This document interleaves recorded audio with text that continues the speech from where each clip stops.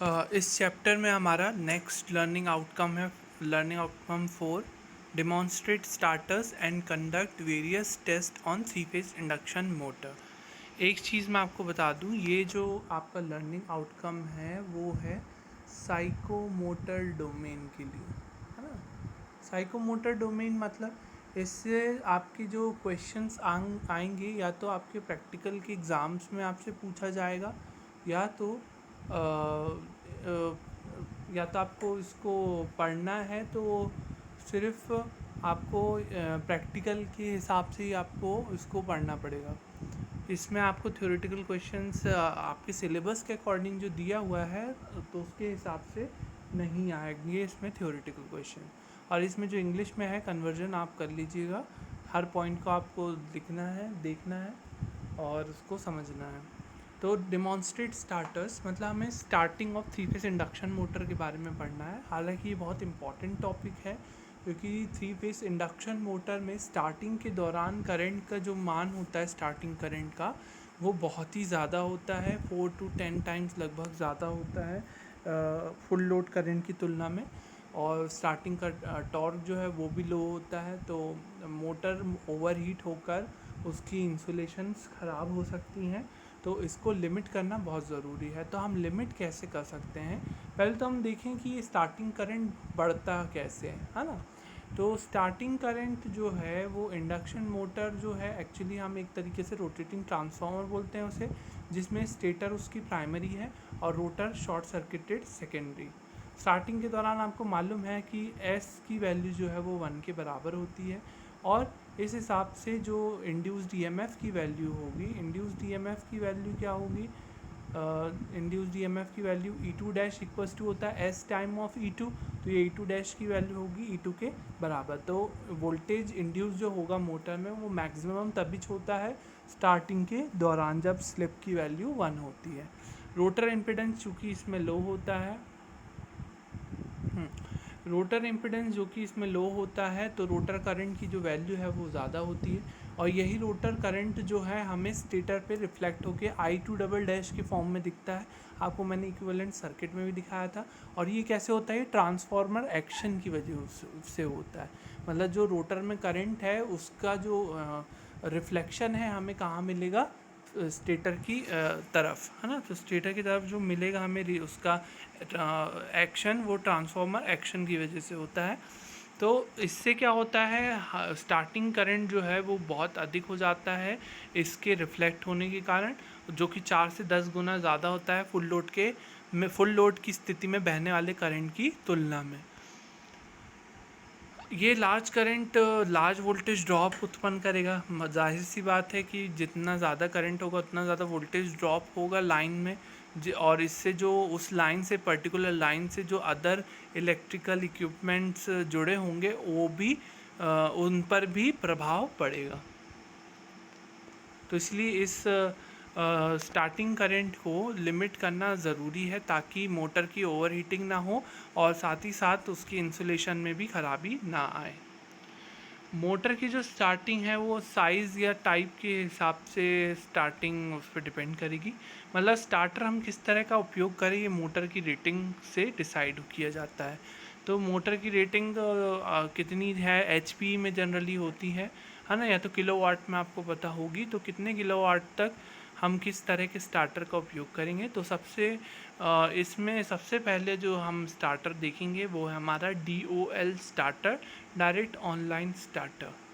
तो ये जो स्टार्टर है वो हम एक तरह का स्टार्टर हम इसको रिप्रेजेंट कर सकते हैं इस प्रकार का। तो आपको स्टार्टर दिख रहा है सामने, है ना। तो ये आपका कॉन्टेक्टर टाइप DOL स्टार्टर है। इसमें कॉन्टेक्टर टाइप DOL स्टार्टर इसलिए क्योंकि हम इसमें कॉइल का उपयोग करेंगे। तो सबसे पहले यहाँ पर हम जो यूज़ कर रहे हैं DOL स्टार्टर वो कॉन्टेक्टर टाइप C कॉइल का यूज़ कर रहे हैं इसमें। तो ये कॉन्टेक्टर टाइप कॉइल ऑपरेटेड या कॉन्टेक्टर टाइप बोल सकते हैं हम, कॉइल ऑपरेटेड DOL स्टार्टर है हमारे यहाँ पे, जो कॉइल के यूज़ करके हम इनिशियली कैसे हम वोल्टेज सप्लाई मोटर तक पहुँचाते हैं। क्योंकि इसी दौरान क्या होता है, स्टार्टिंग करंट बढ़ता है। तो हम किस तरीके से ऑपरेट करेंगे। तो सबसे पहले क्या काम होगा हमारा, कॉन्ट्रैक्टर कॉइल सी को एनर्जाइज करवाना। वो एनर्जाइज कब हो सकेगी, जब ये आपका स्टार्ट बटन को हम प्रेस करेंगे। स्टार्ट बटन को हम जैसे ही प्रेस करेंगे तो कॉइल सी जो है वो एनर्जाइज्ड होगी, किससे, L1 और L2 के द्वारा। L1 और L2 के द्वारा कॉइल सी जब एनर्जाइज्ड होगी तो उसके कारण जो हमारे 3 मेन कॉन्टैक्ट है M और ऑक्सिलरी कॉन्टैक्ट A जो है वो क्या हो जाएंगे, क्लोज हो जाएंगे, जिसकी वजह से ये ए बी जो भी है, ए और बी पॉइंट, ये क्या हो जाएगा, क्लोज्ड हो जाएगा, है ना, ये इससे जुड़ जाएगा। ये पॉइंट जो है ए ऑक्सिलरी कॉन्टैक्ट, इससे चिपक जाने से ये कॉन्टैक्ट क्या हो जाएंगे, क्लोज्ड हो जाएंगे और इससे धारा प्रवाह हो सकता है ना। तो ए और बी जो है एनर्जाइज, कॉइल के सी के एनर्जाइज्ड होने से ऑक्सिलरी कॉन्टैक्ट ए और 3 मेन कॉन्टैक्ट्स एम जो है वो क्या हो जाएंगे, क्लोज हो जाएंगे। यही आपको पॉइंट्स में दिखा भी है मैंने। कॉइल को ऑपरेटेड कॉन्टैक्टर सी का हम इस्तेमाल कर रहे हैं, जिसे स्टार्ट और स्टॉप पुश बटन की सहायता से कंट्रोल किया जा रहा है। आपके सामने दिख रही है, स्टार्ट बटन भी है, स्टॉप बटन भी है और रिमोट स्टॉप भी। ये रिमोट स्टॉप जनरली तभी यूज़ किया जाता है इमरजेंसी के दौरान, ओवर वोल्टेज या फॉल्ट के दौरान हम इस इमरजेंसी रिमोट स्टॉप बटन का यूज़ करते हैं। अदरवाइज़ हम स्टार्ट और स्टॉप बटन का इस्तेमाल करके ही कॉइल सी को ऑपरेट करते हैं। तो नेक्स्ट पॉइंट यही है, on pressing the start push button S1 the contactor C is energise from 2 line conductors L1 and L2। जैसे ही हम स्टार्ट बटन, मैंने आपको वही बताया, स्टार्ट पुश बटन S1 को प्रेस करेंगे, कॉइल C जो है हमारी एनर्जाइज्ड होगी फ्रॉम L1 और L2 कंडक्टर्स। तो वो एनर्जाइज्ड किस प्रकार से होगी, इस दौरान जो 3 मेन कॉन्टैक्ट्स है, the 3 main contacts M and auxiliary contact A close and terminals A and B are short circuited, the motor is thus connected to supply। अब देखो यहाँ पे वापस से फिगर में जो लिखा है पॉइंट यही है कि जैसे ही हम स्टार्ट बटन को प्रेस करेंगे तो कॉइल सी एनर्जाइज होगी, जिसके कारण ए कॉन्टैक्ट एम तीनों क्लोज हो जाएंगे। तो उससे क्या होगा, जो हमारी 3 फेज सप्लाई जो है वो हमारी मोटर से जुड़ जाएगी, है ना। और पर जैसे ही हम स्टार्ट बटन S1 से प्रेशर हटाएंगे तो वो पीछे स्प्रिंग की वजह से पीछे आने लगेगी और ये कॉन्टैक्ट ओपन हो जाएंगे, परंतु कॉइल सी एनर्जाइज्ड अब भी रहेगी, क्योंकि हमारे ए और बी क्या है, शॉर्ट सर्किटेड है। तो L1 और L2 कंडक्टर्स की सहायता से सी जो है ए बी पाथ से होते हुए एनर्जाइज्ड रहेगी। यही लिखा है मैंने, ये देखें आप। When pressure on S1 is released, it moves back due to spring action, but coil C remains energized through AB. The main contacts M remain closed and motor continues to get supply। इस प्रकार से start button के use करने के पश्चात coil के energise होने के बाद 3 फेस सप्लाई जो है निरंतर 3 फेस इंडक्शन मोटर से को प्राप्त होती रहेगी। इसके बाद जब हम स्टॉप पुश बटन S2 को प्रेस करेंगे, when stop push button S2 is pressed, the supply to contactor C is disconnected। जैसे ही हम S2 बटन को प्रेस करेंगे, जो कॉन्टैक्टर C कॉइल को सप्लाई मिल रही है L1 और L2 कंडक्टर्स से, वो डिस्कनेक्ट हो जाएगी। As coil C is de energise, the main contact M and auxiliary A contact are open, the supply to motor is disconnected, motor stop. देखो stop button क्या है, स्टॉप बटन का use क्या होना चाहिए, वही जो उसका नाम दर्शा रहा है। तो स्टॉप बटन के, अरे यार एक सेकेंड, तो स्टॉप बटन के प्रेस होते ही क्या होगा, स्टॉप बटन के प्रेस होते ही कॉइल सी हमारी क्या होगी, डी एनर्जाइज हो जाएगी। डी एनर्जाइज होने के कारण अब स्टॉप बटन को प्रेस करने का मतलब ये पाथ ओपन हो जाएगा, पाथ ओपन हो जाएगा, जो L1 और L2 से सप्लाई प्राप्त हो रही थी कॉइल सी को, वो बंद हो जाएगी। तो स्टॉप बटन के प्रेस करते ही क्या होगा, सप्लाई जो है वो सी को मिलना बंद हो जाएगी। तो सी को सप्लाई मिलना बंद मतलब ये एनर्जाइज्ड जो थी वो डी एनर्जाइज्ड हो जाएगी और हमारे कॉन्टैक्ट ए एम एम और एम ये सब क्या हो जाएंगे, ओपन हो जाएंगे, जिसकी वजह से क्या होगा, मोटर से सप्लाई क्या हो जाएगी, डिस्कनेक्ट हो जाएगी और मोटर स्टॉप हो जाएगी। अब इसमें और कुछ इम्पोर्टेंट पॉइंट्स। अब ये ड्यूअल स्टार्टर जो है, एक सेकेंड मैक्सिमाइज क्यों है, एक सेकेंड, हाँ अब हम्म, तो अंडर वोल्टेज प्रोटेक्शन कैसे प्रदान होती है यहाँ पे, जब अंडर वोल्टेज मतलब एक रेटेड वोल्टेज से कम वोल्टेज होना, दैट इज़ अंडर वोल्टेज। तो अंडर वोल्टेज प्रोटेक्शन कैसे प्रदान होगी, जब वोल्टेज की वैल्यू जो निश्चित कोई मान से कम होगी तो सप्लाई के फेलियर की होने की वजह से मोटर की वर्किंग के दौरान जो कॉइल सी जो है वो डी एनर्जाइज हो जाएगी और मोटर जो है डिस्कनेक्ट हो जाएगी फ्रॉम सप्लाई, क्योंकि एक पर्टिकुलर वोल्टेज पे कॉइल जो है हमारी, यहाँ पे जो कॉइल हम सी यूज़ कर रहे हैं वो एनर्जाइज्ड होती है, और एक पर्टिकुलर वोल्टेज अगर वो नीचे गिरता है तो कॉइल सी क्या होगी, हमारी डी एनर्जाइज्ड हो जाएगी, जिसके कारण ए और ट्रिपल एम जो कॉन्टेक्ट्स हैं वो क्या हो जाएंगे, ओपन हो जाएंगे। तो ओपन हो जाएंगे तो मोटर को सप्लाई से मोटर और सप्लाई का एक दूसरे से कनेक्शन टूट जाएगा। तो इस प्रकार से हम ड्यूअल स्टार्टर से हमें अंडर वोल्टेज प्रोटेक्शन प्रदान होती है। इसके बाद ओवरलोड प्रोटेक्शन, जब मोटर को ओवरलोडेड कर दिया जाए तो जो सारी ओवरलोड कॉइल्स हैं वो क्या हो जाएगी, एनर्जाइज्ड हो जाएंगी।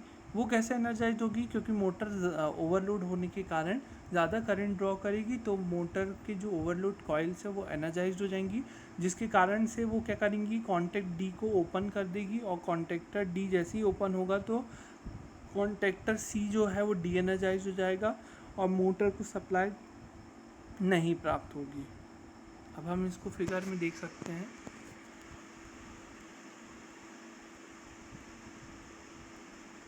यार ये हटता क्यों नहीं है? तो यहाँ पे देख रहे हैं आप ओवरलोड कॉइल्स, OLC जो है हमारी यहाँ पे, ये जो OLC है हमारी ओवरलोड कॉइल्स हैं। जब मोटर करंट ज़्यादा ड्रॉ करेगी कि निश्चित मान से, तो ये क्या हो जाएंगी, एनर्जाइज्ड हो जाएंगी। तो एनर्जाइज जैसी हो जाएंगी तो ये कॉन्टैक्ट डी को क्या कर देगी, ओपन। तो कॉन्टैक्ट डी के ओपन से क्या होगा, ये पाथ जो क्लोज्ड है यहाँ से जिससे वो एनर्जाइज्ड हो रही है, तो ये ओपन होने के कारण कॉन्टैक्टर सी कॉइल जो है वो डी एनर्जाइज हो जाएगी, और जैसे वो डी एनर्जाइज हो जाएगी तो ए और ट्रिपल एम कॉन्टैक्ट्स हो जाएंगे ओपन, और मोटर जो है सप्लाई से डिस्कनेक्ट हो जाएगी। तो इस प्रकार से हम ड्यूअल स्टार्टर के थ्रू ओवरलोड प्रोटेक्शन करते हैं।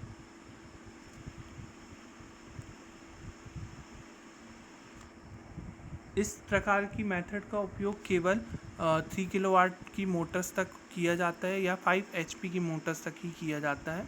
अब हम यहाँ पर स्टार्टिंग टॉर्क और फुल लोड टॉर्क का रिलेशन निकालेंगे।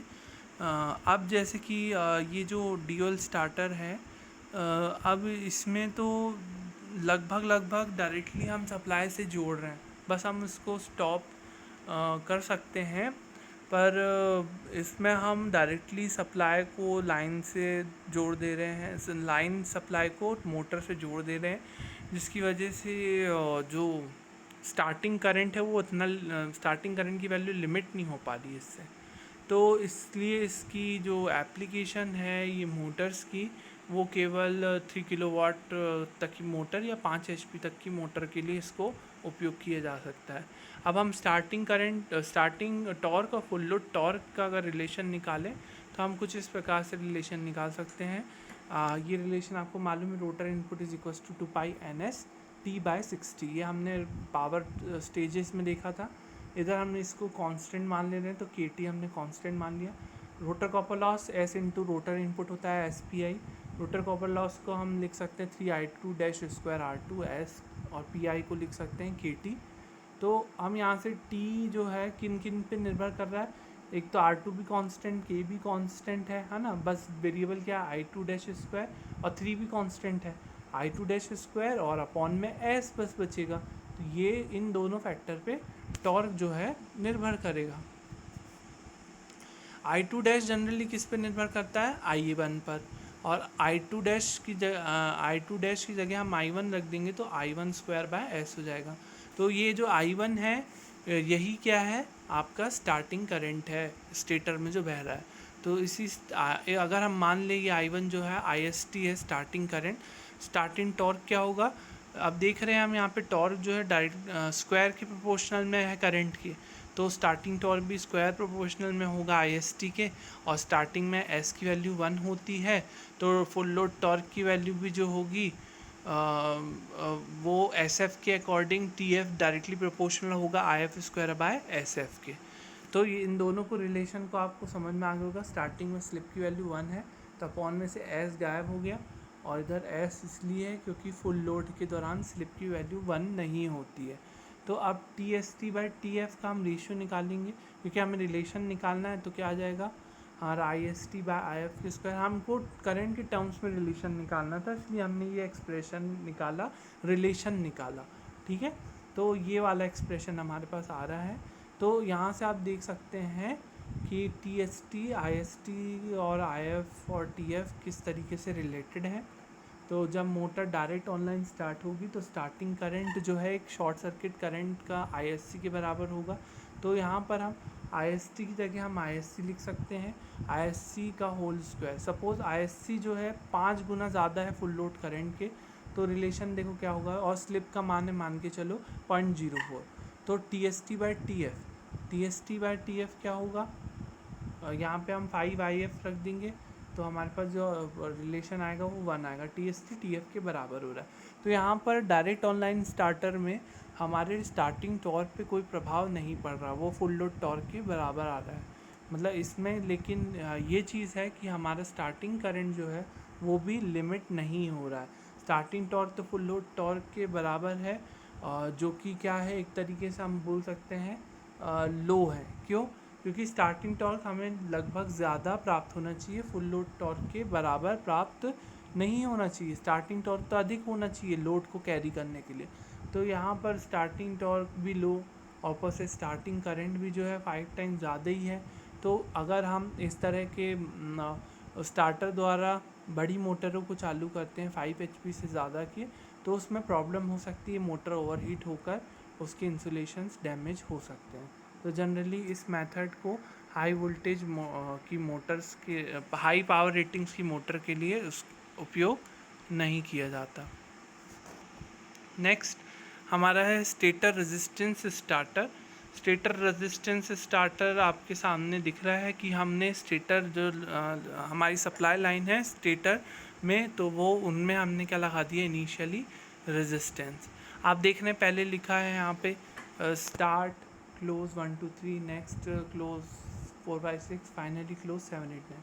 तो स्टार्टिंग के दौरान हम सिर्फ 1 2 3 को क्या करेंगे, क्लोज करेंगे, ठीक है, टर्मिनल्स को क्लोज। तो जिससे 1 2 3 को हम स्टार्टिंग में क्लोज करेंगे, और उसके बाद नेक्स्ट हम क्या क्लोज करेंगे 4 5 6 को, और फाइनली क्या क्लोज करेंगे हम 7 8 9 को। तो इससे क्या होगा, ये समझा क्या रहा है, इस चीज़ से हम क्या समझ क्या रहे हैं, ये कि स्टार्टिंग में जब 1 2 3 क्लोज होंगे तो ये ऐसा दिखेगा हमें, है ना, और 4 5 6 क्या है, ओपन है। स्टार्टिंग में सिर्फ क्या है 1 2 3 बस ओपन है, सॉरी क्लोज है ना, बाकी 4 5 6 7 8 9 क्या है, क्लोज है। अब R1 इससे और R2 इससे क्या है, परिपथ में शामिल रहेंगे, क्योंकि करंट जो भी फ्लो होगा इस पाथ से होके जाएगा, क्योंकि ये तो क्या है, ओपन है, इधर से इधर भी और इधर भी ओपन है, तो पाथ इस प्रकार से रहेगा। तो इससे क्या होता है सीरीज रेजिस्टेंस स्टार्टिंग से, जैसा कि आपने देखा in this method external resistance R connected in series with each phase of stator winding during starting के दौरान हर फेज़ में स्टेटर वाइंडिंग के हम एक्सटर्नल बाहरी प्रतिरोध लगा देंगे श्रेणी में। तो इससे क्या होगा, वोल्टेज ड्रॉप इन प्रतिरोध के पार्श्व में होगा, और मोटर के टर्मिनल्स में जो वोल्टेज पहुंचेगा वो कम पहुंचेगा। और आप जानती हैं स्टार्टिंग करंट जो है वो पूरी तरीके से वोल्टेज पे निर्भर करेगा। तो स्टार्टिंग मतलब जो मोटर टर्मिनल वोल्टेज वो कम कर रहे हैं हम, तो उससे क्या होगा, स्टार्टिंग करंट भी क्या होगा, कम होगा।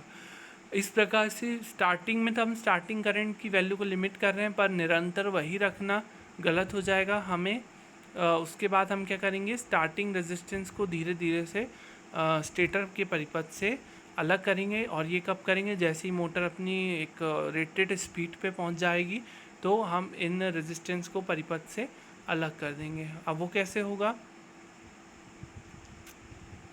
एक सेकेंड। तो स्टार्टिंग में जब 1 2 3 क्या रहेंगे क्लोज, तो रेजिस्टेंस R1 R2 के अक्रॉस क्या होगा, वोल्टेज ड्रॉप, जिससे जो हर फेज़ में जो करंट जाएगा उसकी वैल्यू हो जाएगी कम, तो स्टार्टिंग करंट लिमिट हो जाएगा। पर स्टार्टिंग करंट स्टार्टिंग के टाइम बस ज़्यादा होता है, हमेशा नहीं। जैसे ही मोटर अपनी गति पर पहुंचता है तो हम कौन से टर्मिनल्स क्लोज करेंगे, हम क्लोज करेंगे 4 5 6 और फिर 7 8 9। धीरे धीरे 4 5 6 को क्लोज करने के बाद फिर धीरे से 7 8 9 को भी क्लोज कर दिया जाएगा। तो उससे क्या होगा, ये जब क्लोज हो जाएंगे, एक सेकेंड, ये जब क्लोज हो जाएंगे मतलब ये इस तरीके से, तो ये जो इनके रेजिस्टेंस है वो क्या जाएंगे, शॉर्ट हो जाएंगे, मतलब एक तरीके से इनकी वैल्यू क्या जाएगी, जीरो। तो जीरो वैल्यू होने के कारण वो परिपथ से अलग हो जाएंगे बस। लेकिन इस मेथड का उपयोग करने से एक डिसएडवांटेज ये है कि हमें वोल्टेज रिड्यूस अप्लाई करते हैं हम मोटर को स्टार्टिंग में, तो आप जानते हैं starting torque is directly proportional to supply voltage square, है ना। तो इससे क्या होगा, स्टार्टिंग टॉर्क की वैल्यू काफ़ी कम हो जाएगी और पावर वेस्टेज अलग होगा आपके स्टार्टिंग रेजिस्टेंस में। तो ये दो इस मेथड के ड्रॉबैक्स हैं। और इस तरह की स्टार्टर का भी 5 HP तक या 3 किलोवाट की मोटर्स तक इसका उपयोग किया जाता है। अब इसमें हम मान के चलते हैं, अगर हम इनिशियली वी रेटेड वोल्टेज पर फेज़ मानते हैं और ये वोल्टेज जो है हम इसमें क्या कर रहे हैं, इस टेक्निक में वोल्टेज को रिड्यूस कर रहे हैं। पिछले बार ड्यूअल स्टार्टर में ऐसा कुछ नहीं हुआ था। अब हम मान रहे हैं कि ये जो वी वोल्टेज है हमने इसको स्टार्टिंग रेजिस्टेंस RSC या R सिंपल जो आपने यूज़ किया है उसको यूज़ करते हुए इस वोल्टेज को हमने कम किया है। और ये जिस हिस्से द्वारा कम हुआ है या जितने फ्रैक्शन में ये कम हुआ है उसको हमने मान लिया x। ये हो सकता है 0.04 हो, 0.5 हो, 0.2 हो, 0.3 हो, मतलब कितना परसेंट, 20%, 30%, कितना भी कम हो सकता है ये। तो इससे हमने इनिशियली वोल्टेज जो है हमने वोल्टेज को XV कर दिया। मतलब सपोज ये 400 वोल्ट है तो, और ये 0.2 है x, तो 0.2 इंटू क्या जाएगा 400, है ना। तो इतना हमने उसको इनिशियली क्या कर दिया, कम कर दिया। तो इनिशियली जब वोल्टेज इतना कम होगा तो स्टार्टिंग आपका करंट भी जो है, स्टार्टिंग करंट वो सप्लाई वोल्टेज के स्क्वायर के प्रोपोर्शनल में होता है। तो जब स्टार्टिंग वोल्टेज अगर कम होता है तो स्टार्टिंग करंट भी कितना कम हो जाएगा, x टाइम ऑफ ISC, है ना। तो IST की जगह अब हम हमने पिछले बार डायरेक्ट ISC लिखे थे और हमने माना था कि वो 5 टाइम्स ऑफ IF के बराबर है। तो यहाँ पे अब ISC जो है IST जो है वो x ISC के बराबर है, तो x स्क्वायर बाहर निकाल ले रहे हैं हम और ISC का स्क्वायर हो जाएगा। तो आप यहाँ देख रहे हैं जो रिड्यूस वोल्टेज हम अप्लाई कर रहे हैं मोटर को स्टार्टिंग पीरियड में, तो स्टार्टिंग करंट तो कम हो रहा है पर इसके साथ साथ हमारा स्टार्टिंग टॉर्क भी रिड्यूस होगा, क्योंकि जो भी TST आएगा वो TF के क्या होगा, x स्क्वायर TF के बराबर कुछ होगा। तो ये x स्क्वायर फैक्टर से TST जो है वो TF के तुलना में कम हो जा रहा है, तो स्टार्टिंग टॉर्क कम हो रहा है। इसलिए इस तरह की मेथड का उपयोग हम केवल स्मॉल मोटर्स के लिए या कम HP की मोटर्स के लिए ही करते हैं, क्योंकि रिड्यूस वोल्टेज, इसमें वोल्टेज जो है रिड्यूस कर दे रहे हैं हम और काफ़ी ज़्यादा मात्रा में रिड्यूस होता है। तो इसका हम उपयोग केवल स्मॉल मोटर्स के लिए ही कर सकते हैं। अब हमारे जो स्टार्टर बचे हैं वो star delta starter, auto transformer starter और रोटर रेजिस्टेंस स्टार्टर। इसके अलावा एक चीज़ मैं आपको और बता दूं कि ये जो टॉपिक है आपका प्रैक्टिकल रिलेटेड है। तो प्रैक्टिकल में आप ऑटो ट्रांसफॉर्मर स्टार्टर आपको मैं आपको लैब ऑटो ट्रांसफार्मर तो आपने देखा होगा सिंगल फेज़, तो उसी प्रकार से हम 3 फेज़ ऑटो ट्रांसफार्मर का इस्तेमाल करके वेरिएबल एसी वोल्टेज प्राप्त कर सकते हैं, ठीक है। और क्या बोलते हैं, स्टार डेल्टा स्टार्टर होता है ना, वो उसका कैसे हम उपयोग करते हैं वो हम देखेंगे। और इनमें भी जो है पूरे स्टार्टर नहीं है आपके, जो हैं सिलेबस में मेंशन है उसके बारे में हम बस प्रैक्टिकल कॉपी में लिखेंगे, बाकी हम नहीं लिखेंगे। बाकी आपकी सिर्फ जानकारी और डिमॉन्स्ट्रेशन के हिसाब से आपको ये सब चीज़ें पता होना चाहिए। और इसके अलावा इस लर्निंग आउटकम में आपका वो भी है टेस्टिंग में आपको लॉसेस निकालना है, लॉसेस निकालने के बाद एफिशिएंसी निकालना है। तो वो प्रैक्टिकल अगर कॉलेज खुलता है तो हो जाएगा, अगर नहीं खुलता है तो वो जैसे पिछले बार आपको मैंने सर्किट के वीडियो शेयर किया था वैसे ही इस टेस्टिंग का मैं वीडियो शेयर कर दूंगा। तो बस अब हमारा इस चैप्टर में जो बचा है, अब 3 स्टार्टर जो है नेक्स्ट क्लास में आपको मैं बता दूंगा, तो 3 स्टार्टर कंप्लीट हो जाएंगे तो हमारा ये चैप्टर क्लोज हो जाएगा। तो 3 phase induction motor next class आपकी लास्ट क्लास होगी 3 फेज़ इंडक्शन मोटर के लिए। उसके बाद हम आगे के कोर्स आउटकम देखेंगे।